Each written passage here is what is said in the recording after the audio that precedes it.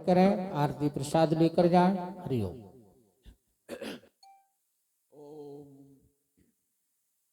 ओम अज्ञानतिम्रान्धस्य ज्ञानाञ्जनशलाकया चक्षुरुन्मीलितं येन तस्मै श्रीगुरुवे नमः। बोलो श्री सद्गुरुदेव भगवान की जय, ग्राम देवता की जय, सभी संत महापुरुषों की। अर्चनीय वंदनीय संत जन, स्वामी पूज्य महानंद जी महाराज, गोपालानंद जी एवं दूर दराज से आए हुए सभी संत महापुरुषों की त्याग और तपस्या को मैं नमन करता हूँ। बड़ी अच्छी चर्चाएं थी और उस पर हमारे संचालक जी और बढ़िया टिप लगा देते हैं तो और सुंदर सज जाती है बात। संसार में ऐसा माना जाता है वो लड़की दुर्भाग्यशाली समझी जाती है कि जिसका पूरा जीवन बीत जाए और पति ना मिले, दुर्भाग्य ही कहा जाएगा। तो वो जीव भी बड़ा दुर्भाग्यशाली है कि जिसका पूरा जीवन बीत जाए और जगतपति की प्राप्ति ना हो। हम आए हैं किस लिए और करने क्या लगे हैं। हम ये नहीं कहते कि घर का काम ना करो, कि दुकानदारी ना करो, कि बिजनेस ना करो, पैसा ना कमाओ। वो सब करो, पैसे की भी जरूरत है, लेकिन पैसा जेब में रहे तो आराम देता है, और पैसा जो दिमाग में रहे तो फिर झंझट पैदा करता है। बहुत लोगों को लगता होगा कि संत लोग इतनी बड़ी बड़ी बातें करते हैं, लेकिन ये भी तो संसार ही में है। क्या इनको डर नहीं लगता? क्या हमारे लिए ज्ञान है क्या? इसमें एक बात है, कोई कुएं में गिर गया धोखे से तो वो डरता है, चिल्लाएगा, कोई बचाओ, मैं डूब रहा हूं। पर जब कोई उसे बचाने को उतरता है वो नहीं डरता, वो तो जानबूझ के जा रहा है। डरता होता तो काहे को जाता? बचाने वाला नहीं डरा करता, क्योंकि वो पूरे साधन है उसके पास। ऐसे जाऊंगा, ऐसे निकल आऊंगा। लेकिन जो अनजाने में गिर गया है, अज्ञान में गिरा है, वो तो डरेगा। तो राम जैसे लोग जो आए हैं वो भी इसी कुएं में उतरे हैं, लेकिन वो निकालने के लिए उतरे हैं, उनको डर नहीं लगता। उसी तरह ये संत जन भी जो ज्ञानी पुरुष हैं वो भी आए हुए हैं हम सबको निकालने के लिए, तो इनको भय काहे को लगेगा? इसलिए एकमात्र उपाय यही है कि संतों की वाणी सुनी जाए, समझी जाए। देखो, सुनाई देना जो है, कान में आवाज पहुंचना जो है, वो सुनना नहीं कहा जाता। कान में आवाज पहुंच रही है, इसको सुनना नहीं कहते। आवाज तो भैंस बंधी है, उधर गाय बंधी है, उसके कान में भी जा रही होगी, लेकिन उस आवाज का अर्थ क्या है ये प्रकट हो रहा हो, उसे सुनना कहते हैं। और खाली आवाज भर जा रही है, आप और कहीं सोच रहे हो, तो वो नहीं बात बनी। बहुत से संतों ने शरीर की व्याख्या दी, पंचभूतों की चर्चा की। शरीर पंचभूतों का है, तुम्हारा नहीं है। अब कैसे समझें पंचभूतों का? पंचीकरण के हिसाब से तो लोग बता देते हैं, कड़ा कड़ा भाग जहाँ है वो पृथ्वी है, जो द्रव है वो जल है। लेकिन इसको और थोड़ा सरल ढंग से मैं बता दूं। ये शरीर 5 चीजों से बना है। मिट्टी, पानी, हवा, आग और खाली जगह आकाश। अब इनमें से देखना है कि हमसे क्या क्या जुड़ा है। आप जो श्वास लेते हो ना, यह हवा कहाँ से आती है? विराट में हवा है, उसी का एक हिस्सा यहाँ है। तो जब हम श्वास ले लेते हैं तो कहते हैं मेरी श्वास आई, और बाहर है तो कहेंगे वो हवा है। ये तो ऐसी बात हो गई जैसे कि थाली में रोटी रखी है तो कह देंगे ये रोटी है, और जो खा ली तो मैं हो गया। अरे यहां भी तो रखी है, स्थान ही बदला है। तो हवा जो बाहर थी वही यहां आई है। तो जैसे बाहर हवा आती जाती ऐसे यहां आती जाती, अंदर जाके वो अनेक प्रकार की हो जाती। और शरीर हवा बनाता थोड़ी है कहीं से, यही हवा इसमें है। आपके शरीर में जो जल है वो कहां से आया? विराट में जल है, वो आपने पिया होगा, उसी से आपके लार मूत्र पसीना सब बना। नहीं तो यहां पानी बनता थोड़ी है शरीर में। तो विराट में जो जल है उसी का एक हिस्सा यहाँ है। विराट में जो हवा है उसी से ये जुड़ा हुआ है। और मिट्टी, अनाज मिट्टी से पैदा होता है, और जो जिसका अधिष्ठान होता है वो उससे भिन्न नहीं होता, इसलिए वो भी मिट्टी ही है। वो मिट्टी रोज हम डाल रहे हैं जिससे ये मिट्टी बढ़ रही है। तो वो बाहर की मिट्टी ही तो है जिसको आप रोज डालते हो और बाद में फिर मिट्टी होके निकल जाती है।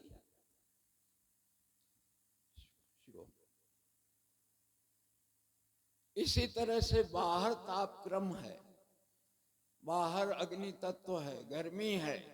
अगर ये बिल्कुल ना रह जाए तो हम ठंडे हो जाएंगे। तो उसी अग्नि का, उसी तापक्रम का हिस्सा है जो आपके तापक्रम को बनाता है। तो विराट में जो पंचभूत हैं उससे आप जुड़े हुए, उसी में कुछ आकृतियां बन गई हैं जिनको हम शरीर कहते हैं। नहीं तो बाहर की ही हवा है जो आ रही है जा रही है। ये तुम कैसे हो सकते हो? बाहर का ही जल है जो अंदर जा रहा है, फिर बाहर जा रहा है, अंदर जा रहा है, बाहर जा रहा है। जल जल की तरह है, हवा हवा की तरह है, मिट्टी मिट्टी में जाएगी, पानी पानी में। तुम कैसे हो गए ये? वो जो जिसका है। इसलिए कबीर ने कहा कि माटी में माटी गई, गई पौन में पौन, और अग्नि में अग्नि गई, मरो पांचवा कौन? पंचभूत पंचभूतों में ही चले गए। हवा का जो हिस्सा था हवा में चला जाएगा, मिट्टी का हिस्सा मिट्टी में चला जाएगा, जल का हिस्सा जल होकर भाप बनकर उड़ जाएगा। अब इन्हीं सब का जोड़ जो है उसे शरीर कहते हैं। अब इस शरीर को मैं मानकर जो बैठा है तो उसमें झंझट पड़ेगी। अच्छा बताओ, अगर कोई आदमी ऐसी जगह बैठ जाए जाके जहां कचरा फेंका जाता हो, और फिर कोई आके कचरा फेंक दे उसके ऊपर, तो फेंकने वाले का दोष है कि बैठने वाले का? अरे वहां काहे को बैठा था ऐसी जगह? वो तो कचड़ा ही फेंकने की जगह है वो। तो ये शरीर भी कचड़ा छोड़ के और क्या है इसमें? अब इसमें बैठे हो तो बस गंदगी आएगी, कहीं अपमान आएगा, कहीं जो निरादर होगा, कहीं दुख आएगा, कहीं राग द्वेष आएगा, ये सब इसी में फेंका जाता है। अब हम इसी में बैठे हैं तो लगेगा मुझको पड़ गया। और जो इससे दूर है तो तुम निर्लेप हो, शांत हो, शिव हो, व्यापक हो, एक देह के भीतर नहीं हो।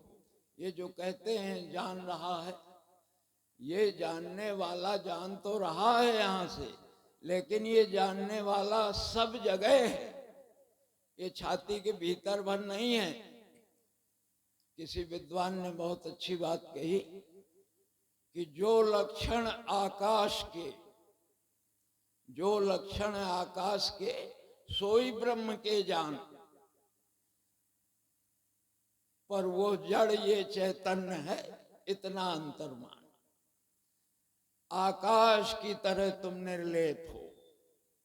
आकाश में कितने भी फायर कर दिए जहां छेद नहीं होगा, कितना भी मिट्टी उलीद दो गंदा नहीं होगा, आग जलाओगे तो जलेगा नहीं। कृष्ण भी उसी बात को गीता में कहते हैं कि मुझे अग्नि जला नहीं सकती, जल गीला नहीं कर सकता। तो ऐसा ये तुम्हारा स्वरूप है। तो जिस तरह आकाश है उस तरह बैठो कभी और ऐसा सोचो कि आकाश ही हो गया हूं, पर जान रहा हूं। देखो, गाढ़ी नींद में भी वहीं पहुंच जाते हो आप जहां पहुंचने के लिए संत बता रहे हैं, लेकिन अनजाने में पहुंच जाते हो। बेहोशी में पहुंच जाते हो तो आते हैं। ऐसा कहा हमने सुना है, कभी टीवी में भी कहीं देखा। वो जो इच्छाधारी नाग होते हैं वो अपनी इच्छा अनुसार शरीर बना लेते हैं, स्त्री बन सकते हैं, पुरुष बन सकते हैं, लेकिन उनमें ये बात है कि 24 घंटे में एक बार उन्हें अपने असली शरीर में आना पड़ेगा, 2-4 घंटे के लिए। अगर वो ऐसा नहीं करते हैं तो वो बेचैन हो जाएंगे, वो जीवित नहीं रह सकते। तो इसी तरह से आपको भी 24 घंटे में एक बार अपने स्वरूप में पहुंचना पड़ेगा। अगर वहां नहीं गए हो तो बेचैनी होगी आपको, अगर नींद में नहीं गए तो परेशानी होगी। तो अपने स्वरूप में तो एक बार पहुंचोगे जरूर, पर अनजाने में पहुंच जाते हैं। तो ये मन इंद्रियों के सहित जब अज्ञान में डूब जाता है, उस दशा को सुषुप्ति कहते हैं, गाढ़ी नींद कहते हैं। और ये मन इंद्रियों के सहित जब ज्ञान में डूब जाए तो उस दशा को समाधि कहते हैं। होश में हो स्थिति तो वही होती है, वहां भी निर्विषय होता है। सुसुप्ति में भी कोई विषय नहीं होता, न छोटा हूं न बड़ा हूं, न कोई शत्रु है, न कोई मित्र है, न दिन है न रात है, कोई विषय नहीं, निर्विषय हूं। और समाधि में भी निर्विषय होता हूं, पर एक में होश में हूं और एक में बेहोशी में हूं। ये कुछ ऐसा फर्क है जैसे कोई माता अपने सोते हुए बच्चे को तेल लगा दे, बाल खींच दे, उसको चूमे, प्यार कर दे। तो जब बच्चा जागेगा तो उसे कुछ ताजगी तो महसूस होगी कि इस बीच में कुछ हुआ शायद। लेकिन अगर जागते हुए बच्चे को प्यार किया होता तो उसका आनंद दूसरा होता है। तो हमारे ऊपर भी हाथ फेर दिया जाता है। कथा सुनी होगी रामायण में, सुग्रीव भाई से मार खा करके जब आया तो भगवान ने हाथ फेर दिया था, तो विगत भई सबकी सारी पीड़ा खत्म हो गई और फिर से लड़ने को भेज दिया। तो हम भी दिन भर मेहनत करके थक जाते हैं, शरीर टूट रहा है, भाग करके वहीं पहुंचे शरण में तो वहां हाथ फेर दिया गया, सवेरे जागे तो सारी पीड़ा खत्म, फिर लड़ाई में भेज दिया गया, संग्राम में फिर चले आए। यही लीला चल रही है। तो ये देह की अवस्थाएं हैं, जागृत है, स्वप्न है, सुसुप्ति है, प्रवाह रूप से आती रहती है। तीन ही अवस्थाओं का वर्णन ग्रंथों में किया गया है। और भी अवस्थाएं हो सकती हैं, जैसे बेहोशी। अब ये न तो जागृत है, न स्वप्न है, न सुसुप्ति है। सुसुप्ति और बेहोशी में फर्क है। गाढ़ी नींद में तो धक्का लगा दो तो जाग भी जाएगा, पर बेहोशी से इतनी आसानी में नहीं जागेगा, वो अलग ही स्थिति है। फिर और स्थिति है जिसे कहते हैं मृत्यु, वो बेहोशी से भी अलग है। पर ये सब देह की ही अवस्थाएं हैं, तुम्हारा इसमें कोई लेना देना नहीं है। तुम केवल साक्षी हो। सबकी मृत्यु मैं के समक्ष ही होती है। अगर तुम ऐसा जान रहे हो कि मैं मर गया हूं तो झूठ बोल रहे हो, क्योंकि कौन जान रहा है? फिर जान कौन रहा है? अगर ऐसा जान रहे हो कि मैं मर गया हूं, अगर कोई आदमी लेटे लेटे कहे कि मैं सो गया हूं, तो क्या सो गया है? फिर कौन बोल रहा है अगर सो गया है? और अगर कहता है कि मैं नहीं मरा हूं, तो इसका मतलब कि तुम हो।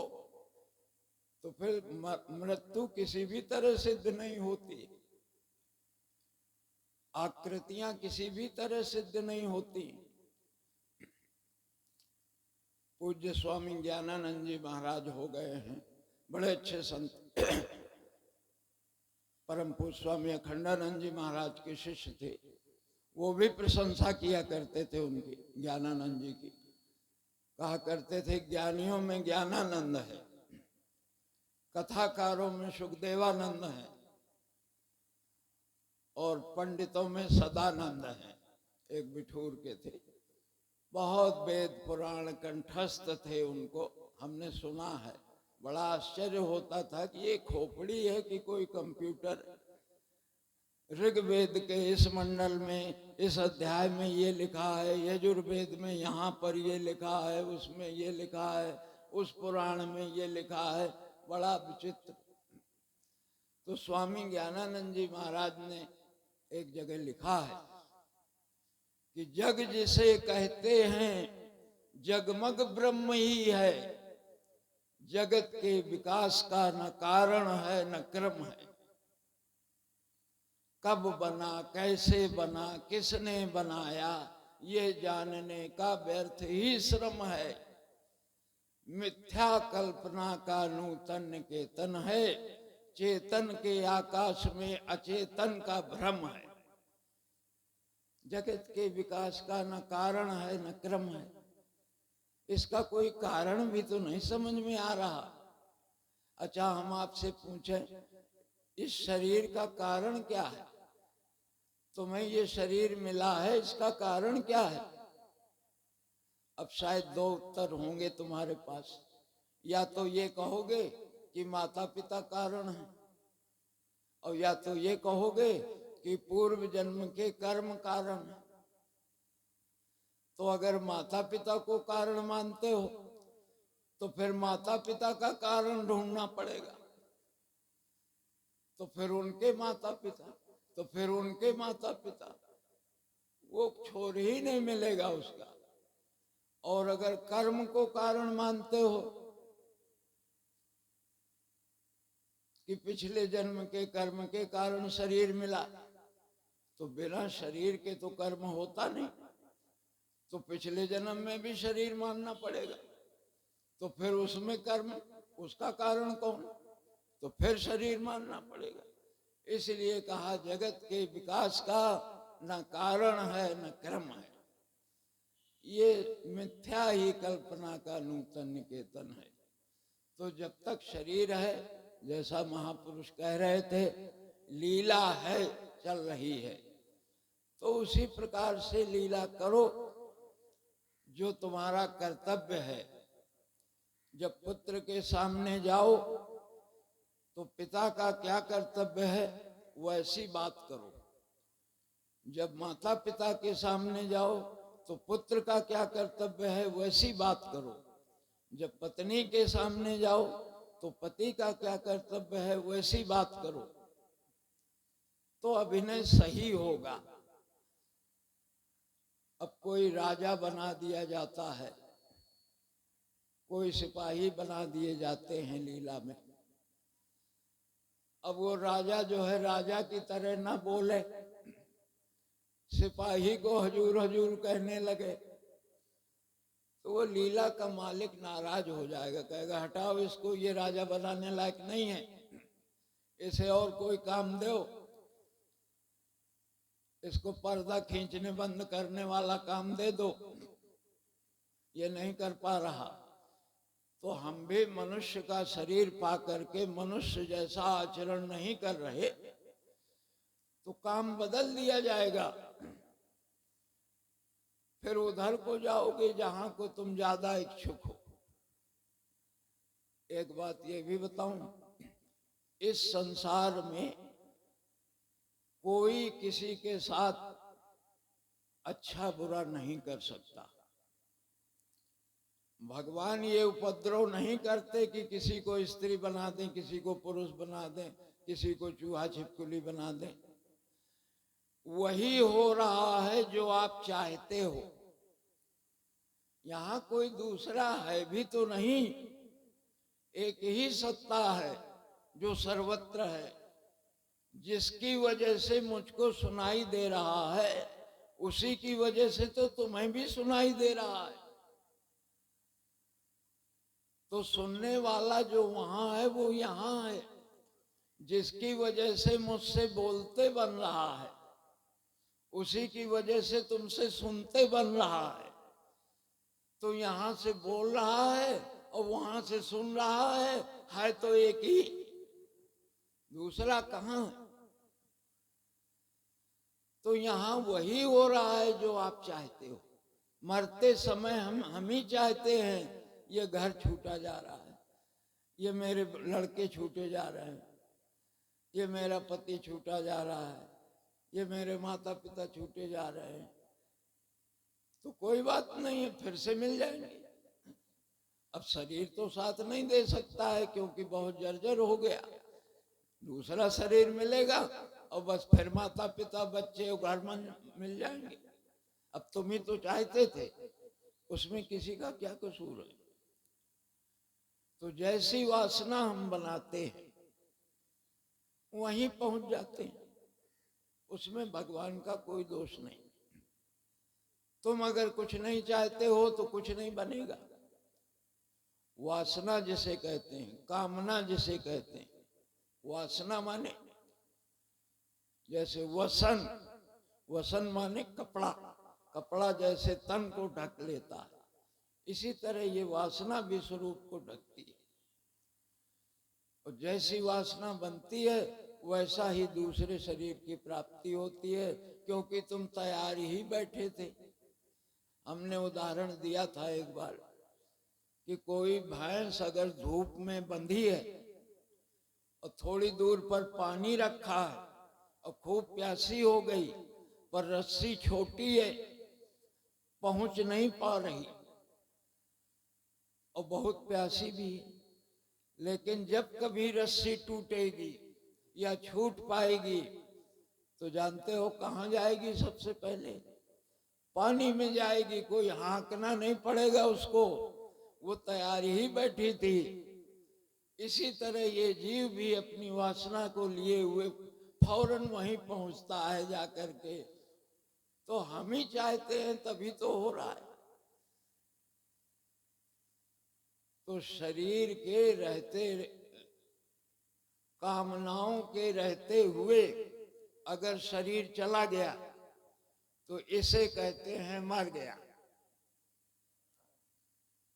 कामनाएं बनी रहें और शरीर चला गया तो इसको कहते हैं मृत्यु। और शरीर बना रहे और कामनाएं चली जाए इसको कहते हैं मुक्ति।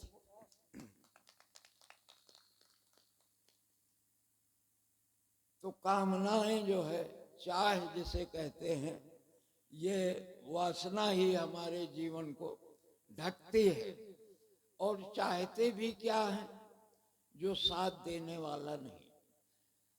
ये घर मकान जो कुछ भी हमने पकड़ रखा है, हम कहते हैं हमारा मकान है, लेकिन जानते हो उस मकान को कितने जीव अपना मकान कहते हैं?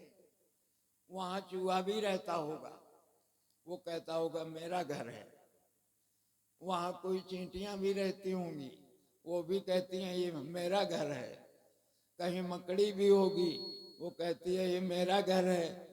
और तुम भी कहते हो मेरा घर है। तो साझे के घर में रह रहे हो, मेरा काहे को हो गया? अरे जो 10 का नोट तुम्हारी जेब में है वो तो तुम्हें पहचानता तक नहीं कि तुम कौन हो, पर हम ही कहते हैं तुम मेरे हो। वो जाने कितने लोग उसे मेरा कह चुके। वो जहां पहुंच जाता है वही कहने लगते हैं मेरा। ऐसे ही ये घर मकान खेती इत्यादि जो कुछ भी है, पहले हमारे पिताजी कहा करते थे ये मेरा घर है, ये मेरे खेत हैं। उनसे पहले बाबा कहा करते थे ये मेरा घर है, ये मेरे खेत है। अब वो खेत कहता होगा किसका हूं? जो कोई आता है मुझे कहता है मेरा है, मेरा है। इसलिए सूरदास ने एक जगह कहा कि वो निर्मोही प्रीत न जाने जिनका मोह करे। ये वस्तुएं प्रेम जानती ही नहीं है जिनसे तुम प्रेम कर रहे हो। प्रेम करने लायक तो ये अपना आत्मा ही है। सबसे ज्यादा प्रिय यही होता है, यही सत्य है। इस जगत में अगर कुछ सत्य है तो वो तुम सत्य हो। लेकिन शरीर न ले आना, ये पंचभूतों का है जो मैंने पहले बता दिया। उसके बाद जो बचेगा वो सत्य है। और सत्य की अगर एक भी सीढ़ी दिख जाए तो उसी में पैर रखकर आगे बढ़ना चाहिए। कल्पना की सीढ़ी भयानक है, उसमें गिर सकते हो। संसार दिखाई देता है, संसार देखा है, भगवान सुना है, लेकिन मैं हूं इसमें तो कोई संशय नहीं। देखी और सुनी चीजों में तो संशय भी हो सकता है, लेकिन अपने होने का अभाव किसी को नहीं होता। इसलिए मैं सत्य हूं। तो एक ही सत्य है जो सब में है, जिसके द्वारा सभी चैतन्य हैं। कबीर दास जी जा रहे थे, एक कुएं में माताएं पानी भर रही थी, बहुत से बर्तन रखे थे। कबीर दास ने देखा और हंसने लगे। तो उनका चेला था साथ में, बोले क्या हुआ गुरुदेव? वो कहते हैं कबीरा कुआं एक है और पनिहारी है अनेक, और बर्तन में ही भेद है पानी सब में एक। कुआं तो एक ही है, उसी का पानी सब बर्तनों में है।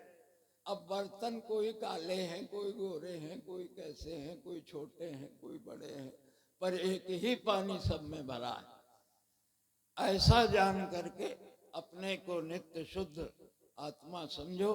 शरीर नाशी है, तुम अविनाशी हो। इन दोनों का ठीक ठीक जान लेना ही विवेक कहा जाता है। और ये ज्ञान तुम्हें अंत में काम आएगा, अभी से ही काम आएगा। इसके अलावा और कुछ भी काम नहीं आएगा। कबीर ने तो बहुत ही अच्छी अच्छी बातें कही। एक जगह लिखा उन्होंने, ईख से गुरु होता है, ईख से गुरु होता है, और गुरु से शक्कर होए, और शक्कर से मिश्री भयो तो फिर ऊख ना होए। और कहा, दूध से दही होता है, और दही से माखन होए, और माखन से घी होए गयो तो फिर दूध ना होए। और अंत में कहा, मानुष से मुनि होते हैं, और मुनि से देवा होए, और देवा से आप भयो तो फिर मनुज ना होए। बस आज इतना ही कहेंगे। आरती का भी समय हो रहा है, 5 बज रहा है। आप लोग बड़े ही एकाग्रता से सुनते हो। कुछ हमारे पूर्व परिचित श्रोता भी दिखाई दे रहे थे, इसलिए कुछ कहने की इच्छा हो रही थी।